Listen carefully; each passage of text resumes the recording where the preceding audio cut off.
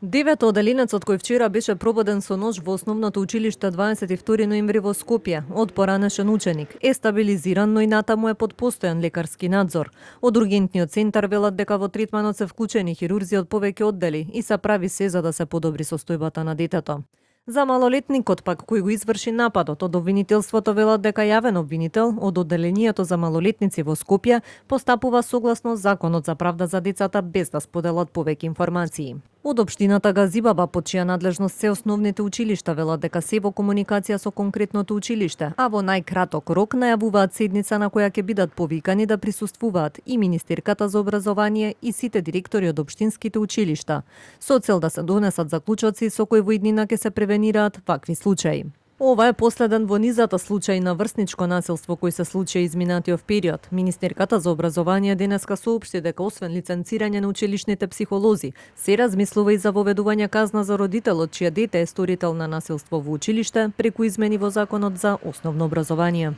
Ќе ги замолам противниците да побараат измени и дополнување во Законот за основно, да вметнеме казна за родителот чие дете е сторител на насилие во училиштето. Во моментов разговараме со нив за да се формулира таа измена и дополнување на законот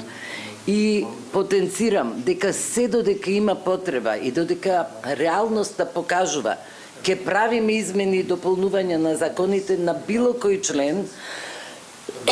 само за да воспоставиме не само мирна ученичка средина, туку и развој на ученичка средина, која за жал се уште не покажува резултати и покрај промените што ние во овие 2 години ги правиме. Случајот повторно го отвори прашањето колку училиштата се безбедни и дали постојните механизми за заштита навистина функционираат и превенираат насилство.